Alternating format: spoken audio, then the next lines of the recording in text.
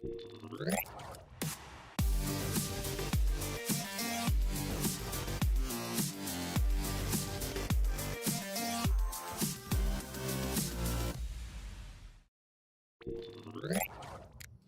welcome to another episode of Common Chaos Live with me, Christian Rauchenwald, on this sunny Thursday afternoon. I hope you all had a great start into the into this day, and a great week so far. I'm a little bit confused already. It's been a long day with a lot of things that already got done. So anyway, as always, before we jump into this episode, let's get the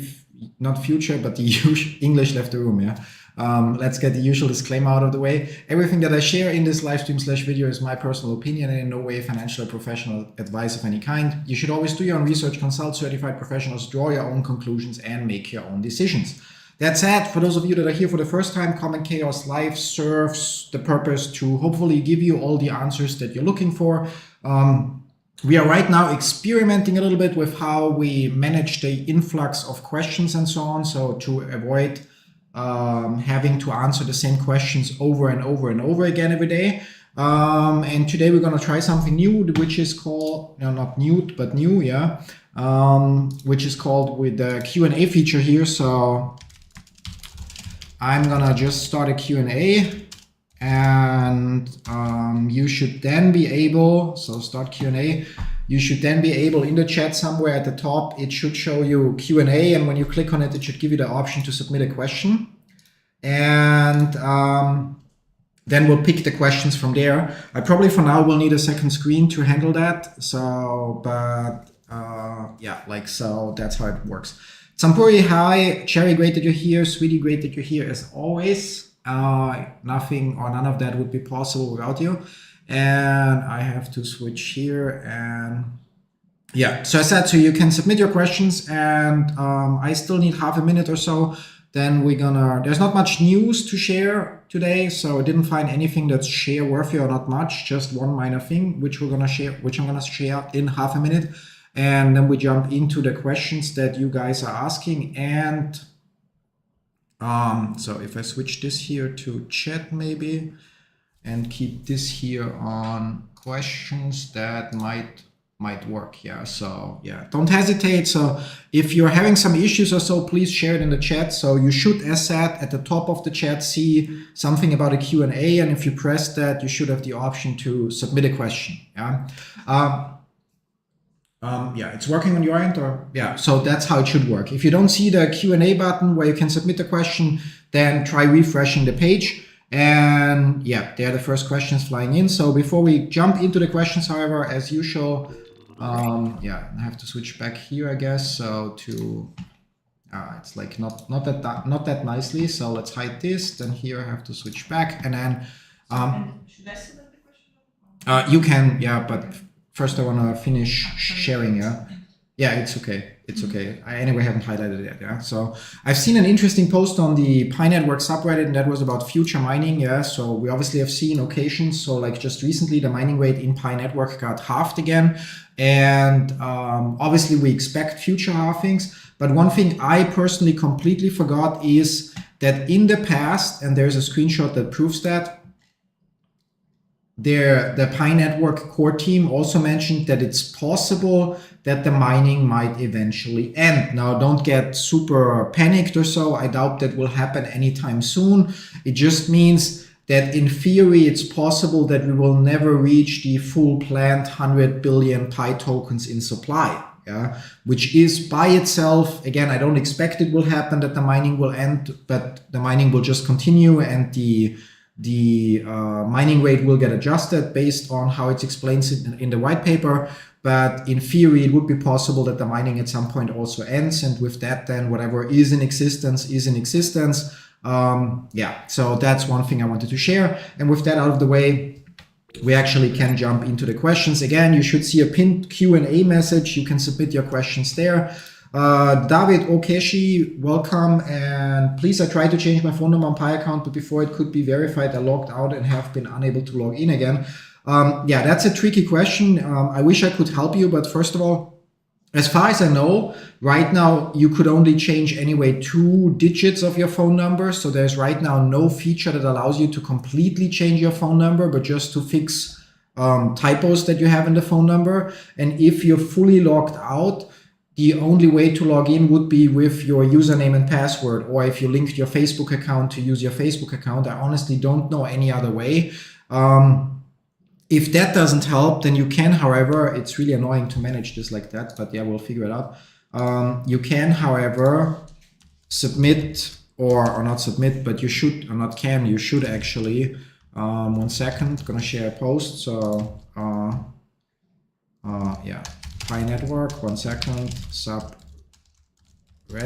Yeah, so you should then go to the Pi Network subreddit. I just shared the link, and yep, there.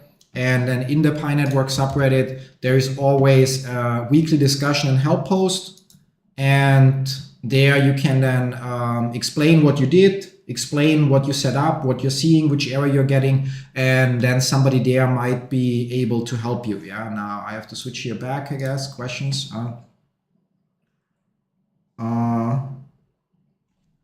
Yeah, so if you already have your, so circling back to your question and the second part that you submitted, if you already have your email set up, you should also have a password set up, but I honestly don't know for sure. So I wish I could answer that for you, but the best place to get your answer is actually to follow the link that I shared, go into the weekly discussion and help post on Reddit. If you don't have a Reddit account, really doesn't hurt to create one, and then just ask your question there. Lex Wolf, Mercury One, and so on, the moderators that are on that site or in that subreddit are quite knowledgeable and quite helpful, and other community members as well. One thing just to point out, the moment you start posting there, some people will definitely send you messages and try to scam you. So obviously ignore any direct messages you receive. And additionally, do not ever share your passphrase, because there will definitely be people that text you and say, okay, I can help you. You just have to visit the site and enter your passphrase, or you just have to give me your passphrase and I can reset your password and some shit like that. Yeah. Or so, pardon my French. Yeah. So be careful about that. Yeah. Again, guys, you can use the, at the top of the chat, the Q&A feature to submit your questions. While there are none incoming, I will actually, how do I do that best? In the chat. Yeah, so you have to use the Q&A feature to submit your questions. Yeah, we're switching to this format, so the chat can be just for chatting and conversation.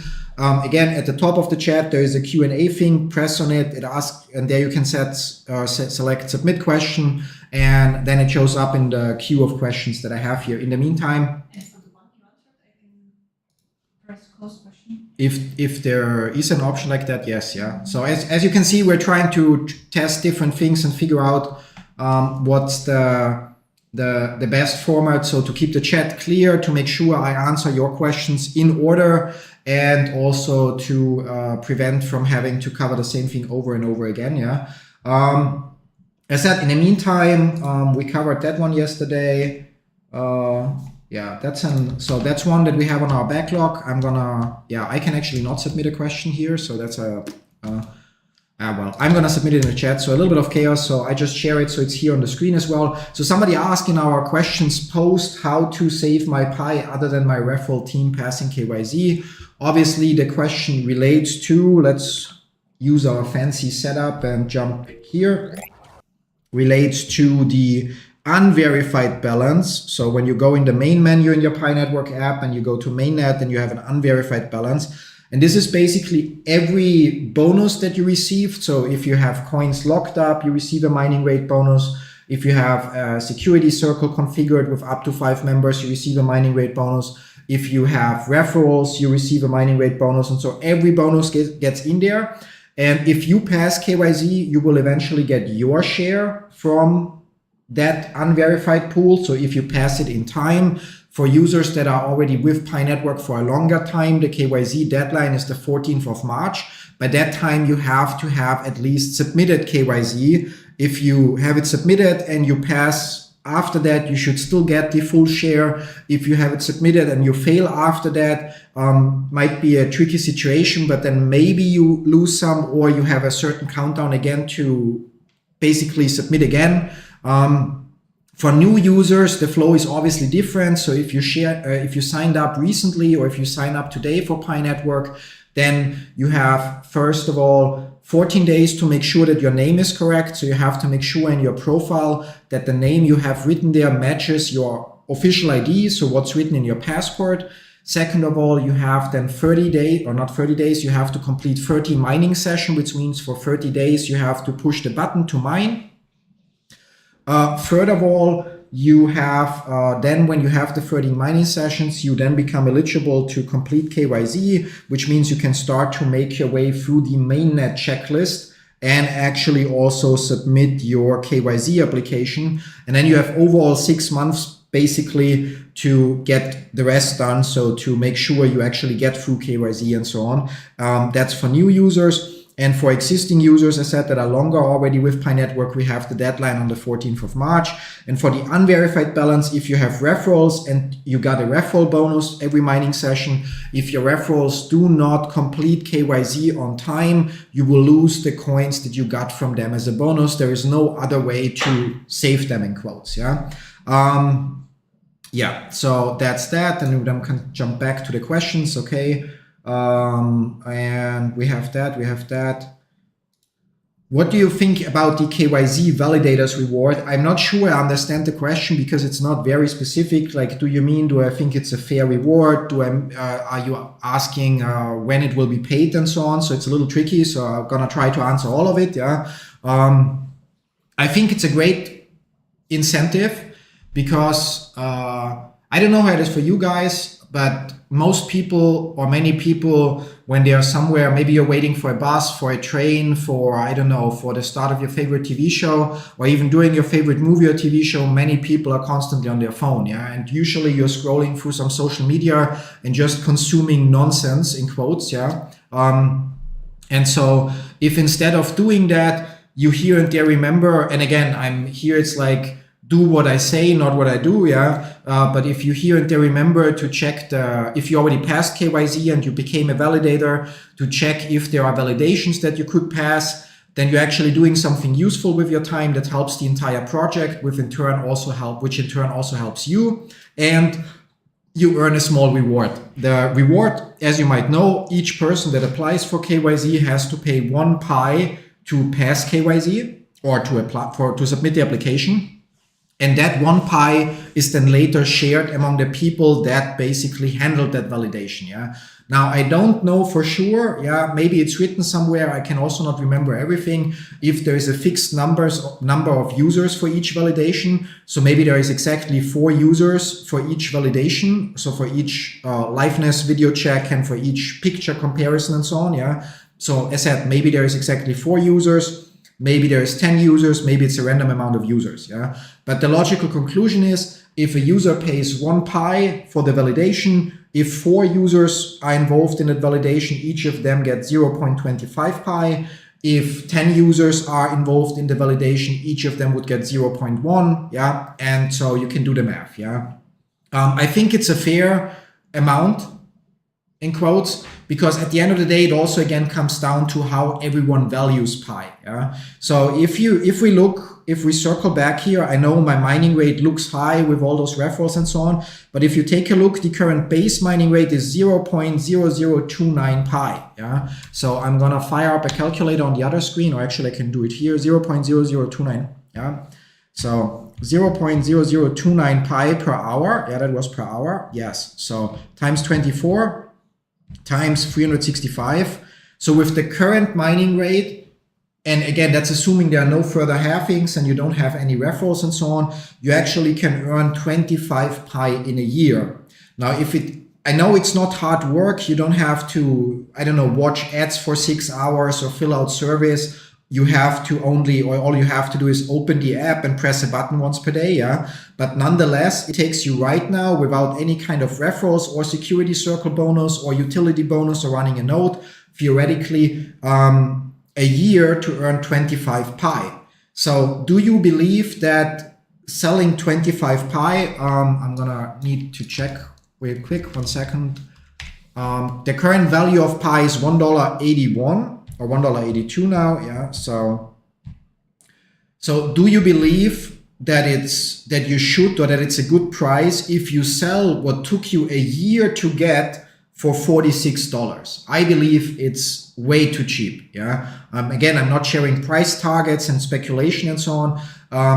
And do you believe if it takes you, 1 or 2 minutes or maybe sometimes longer to complete a validation request. So in the KYC steps, and you will get 0.25 or maybe 0.10, or so you don't get a full pie, you get a portion of one pie. So do you believe handling that request, so the work that you do is only worth 20 cents, 10 cents, 50 cents, or do you believe it's worth more? Yeah. So, so I think that covers the validator part as good as I can. As said, if you wanted to know something else that's more specific, please phrase the question a little bit more specific. But I hope I answered what you wanted to know. Yeah. Huh? Yeah. But you forgot to select this one. No, yeah, but I'm just highlighting it on the screen, sweetie. You have to select it so it's also in the chat. Yeah. You skipped one. So although it might, yeah, but still it's a question. So I mean, we might. Yeah. So yeah, that's actually, I mean, yeah, I wouldn't say it's an interesting question, but it's a funny one. Yeah. Do I think Pi is a CIA operation? No. Yeah, it's the short answer. But yeah, what would be the benefit?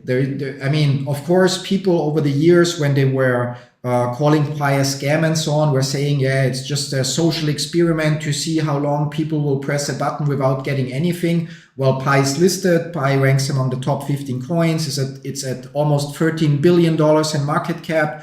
The download numbers for Pi Network are exploding with a couple 100,000 downloads per day over the last couple of days, as we shared in a recent stream. Like the only information that Pi Network gets from you is your ID. And again, there you can check out their privacy policy and stuff like that, so you know how it's handled and what they do with the data and blah, blah, blah. If the CIA wanted to have your ID, they already would have it. So if you live in the US, they definitely have it, and they won't just have your passport or your national ID or your driving license. They have all your IDs, yeah.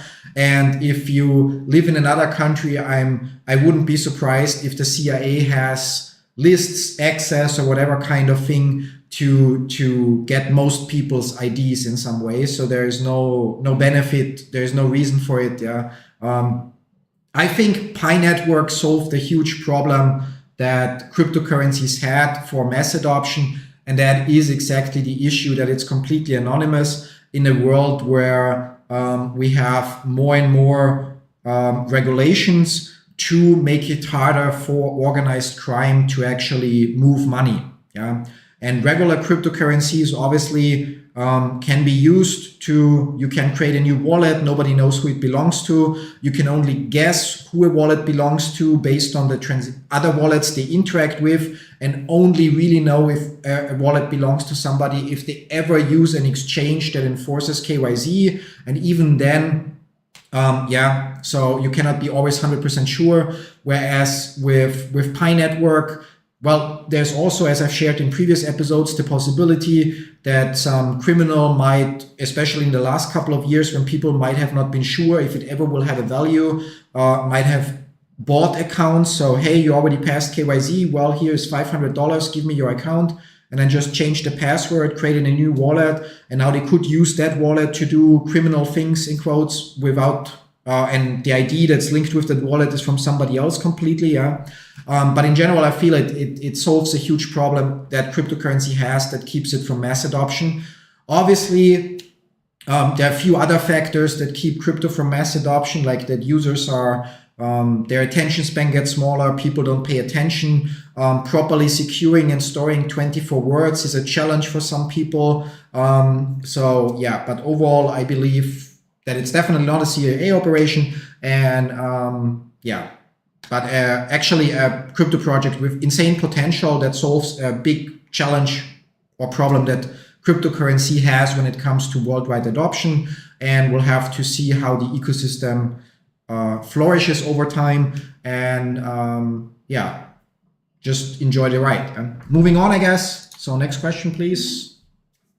My friend migrated coins were showing 1,100 coins, and he migrated to wallet, and then he got 2,000, an unvaried amount for the same amount got shortened, and same happened to his wife. How come? That basically relates to what I shared earlier. So if we switch back here and switch back into the unverified balance, as said, that unverified balance also contains your own bonuses. So if you lock up coins, you get a mining boost. Yeah, that would be one thing. If we go to the mining rate again, you can also see that there is a utility bonus at the bottom, and there is a node bonus when you run a node. So those bonuses also go into your unverified balance, but they are technically already verified because the moment you pass KYZ, those bonuses are yours. Yeah, so that's why when you get the migration, you also already get not just your transferable balance, but you get a little more. How much more varies depending on how much your bonuses were.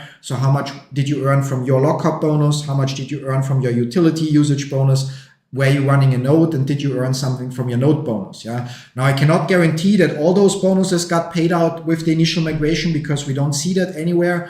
But the true core statement of my answer is, in the unverified balance, there are also some coins that you earned as a bonus just because you did something that is independent of your referrals and security circle. So it only depends on your KYZ. And that's why when you get the first migration, you don't just get what's shown as transferable, you get a little more or much more depending on how much you have transferable and how much you actually accumulated in bonuses. Yeah.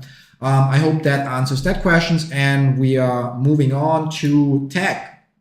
Tech asks, we're not supposed to share our past seed phrase. Is that just with any people? This is required to create a wallet with various exchanges.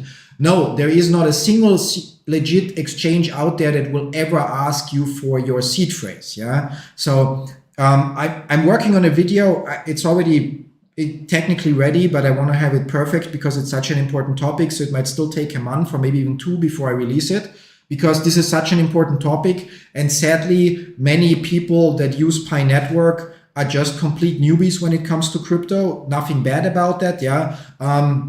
But therefore, they don't know some of the basics, yeah. So you have to think of it this way. When you have your online banking, you have your username and your password, and then maybe you have transaction codes that you get via text message or whatever, two-factor authentication, yeah. And if you lose your password because your bank created the account for you and they manage it and they have access to actually change entries in the database, yeah, they can just send you a new password and you log in again. Yeah. Now, when it comes to crypto, you create a passphrase, and that passphrase is in one. That's not fully accurate. So that passphrase is then used to generate a so-called private key and public keys. Yeah, and the public key is used to generate your wallet address. Now, in your Pi Network wallet, you only see the passphrase and the wallet address. You don't see what happens in between. It would just complicate things more and confuse people more. It's not really that relevant. But the point is, your seed phrase, unlike your password or email address on your online banking, cannot be changed. So you cannot, if you have 24 words, you cannot say, I would like to change them, but keep the same wallet. Yeah. That's the first thing. The second thing is your seed phrase, because it basically is used to then derive your private keys and your wallet address and public keys and whatnot, yeah, is the same as if you give somebody your online banking username, your password, and the transaction codes. Yeah, it gives somebody else full access to your account. And since you cannot change it, the moment you share it with somebody or somebody else knows it, you have to consider that wallet compromised. Yeah.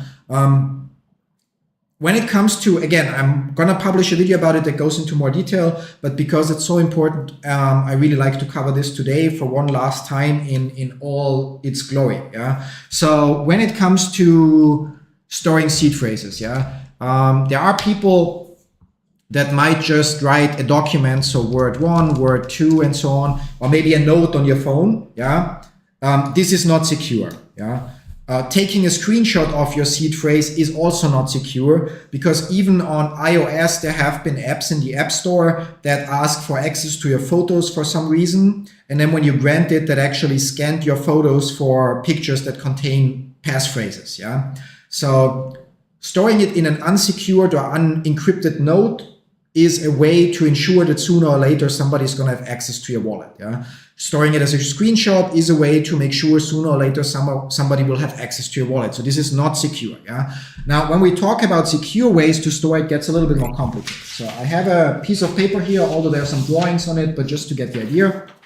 Now, obviously, you could write down your passphrase on a piece of paper. Yeah, so you could do that. Now, the problem with that is, where do you store it? So if you have a safe at home and you store it in the safe, what if is your safe waterproof, fireproof, I don't know, whatever proof, yeah?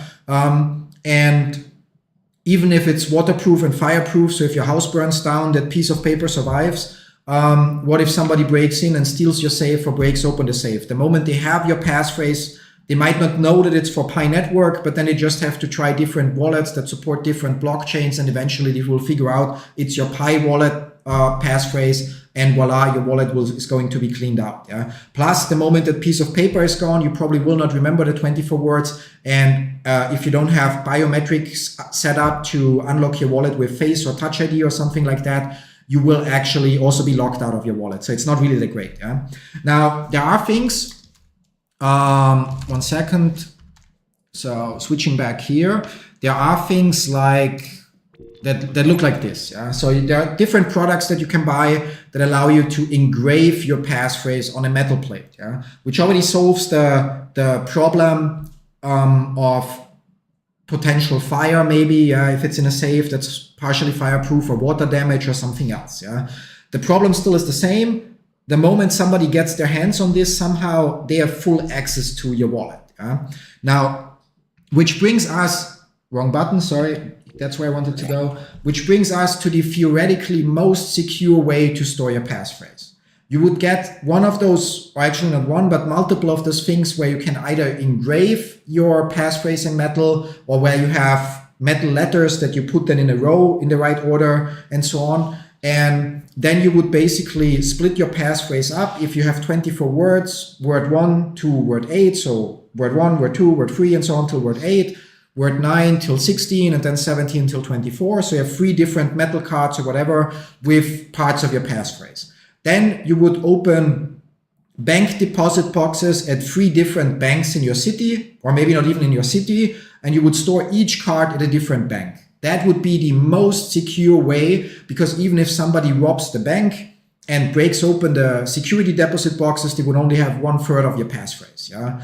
Theoretically, for that reason, you actually would need to not get 3 different cards, but you would need to get 6 or 9 cards. So you store the first 3 words on multiple cards, first 8 words on multiple cards, second 8 words on multiple cards, third 8 words on multiple cards, and then you store them on multiple physical locations and banks and whatnot. Yeah, but it's obviously hugely inconvenient. Every time you want to unlock your Pi wallet, you have to first check, is the bank open, make an appointment, maybe drive there, get the cards, unlock your wallet, do what you want to do, and then bring them all back. Yeah. So, but that would be the physically most secure way to secure your passphrase. Yeah.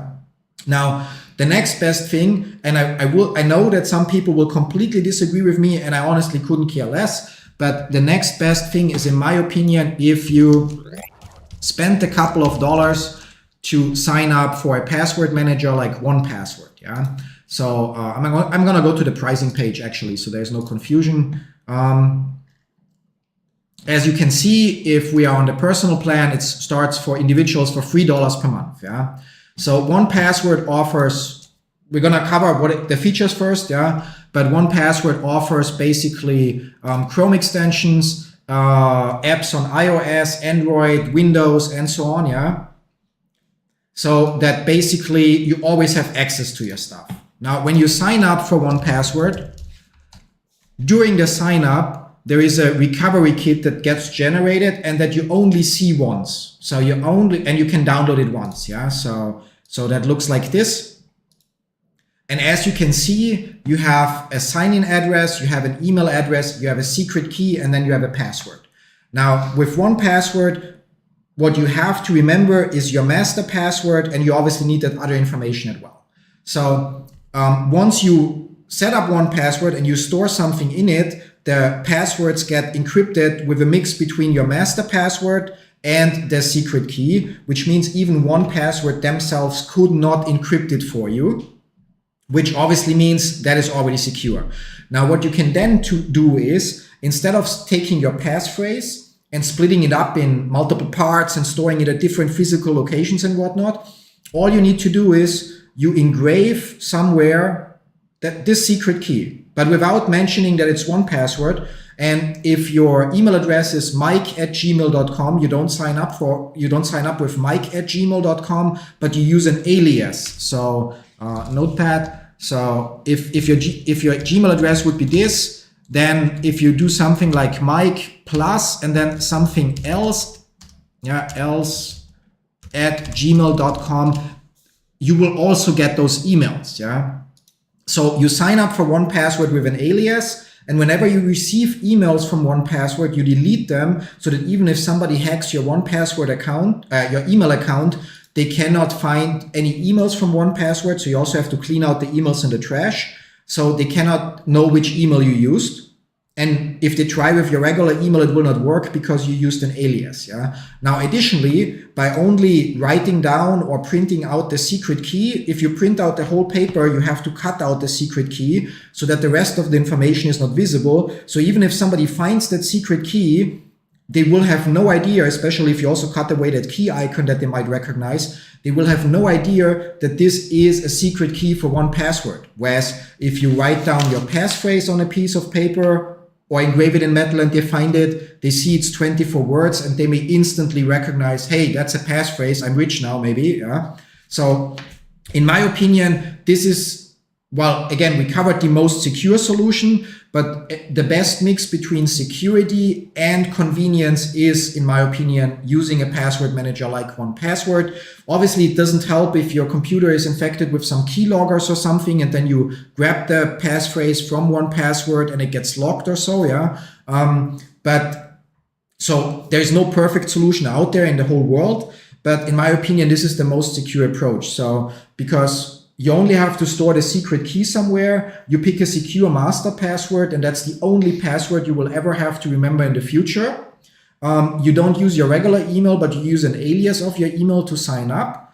And with that, basically, you can safely, you wouldn't even need a save. You could print that secret key and have it right on your desk. Most people would not recognize it, that it's a secret key. They might think it's some kind of serial number, maybe for Windows or something like that. And even if somebody has the secret key, they still would need to figure out your master password, which email/alias you used for 1Password, and if you don't end up with the default sign-in address, also which sign-in address to use. So, and that's pretty much the in my opinion, best solution to store it. But as I said earlier, to answer your question, never ever share your passphrase with anyone. It's your passphrase and it's giving away the keys to your house and the deed to your house, and the moment you give it to somebody, they have full control. They could wait until you're rich and then clean your wallet out. They could clean out what you have now. So that's that. So unfortunately, however, so with answering that, we already reached today's time limit. We will not be able to, or I will not be able or have the time to answer the rest of your questions today. I hope you were able to get some information out of today's stream. And if not, then please return. Tomorrow, I'm not 100% sure. I have an appointment that comes close with the streaming time. So keep an eye on the channel. As always, like, subscribe, enable notifications. Camera is striking. But so tomorrow there might not be an episode of Common Chaos Live. If that's the case, then we see each other on Monday, and then I'll do my best to answer the rest of your questions. So thanks for stopping by. As said, I hope you got your answers, or at least some answers and new information. I wish you all a pleasant rest of the day, and if we don't see each other tomorrow, I already want to go ahead and wish you all a pleasant weekend. Till then, bye-bye.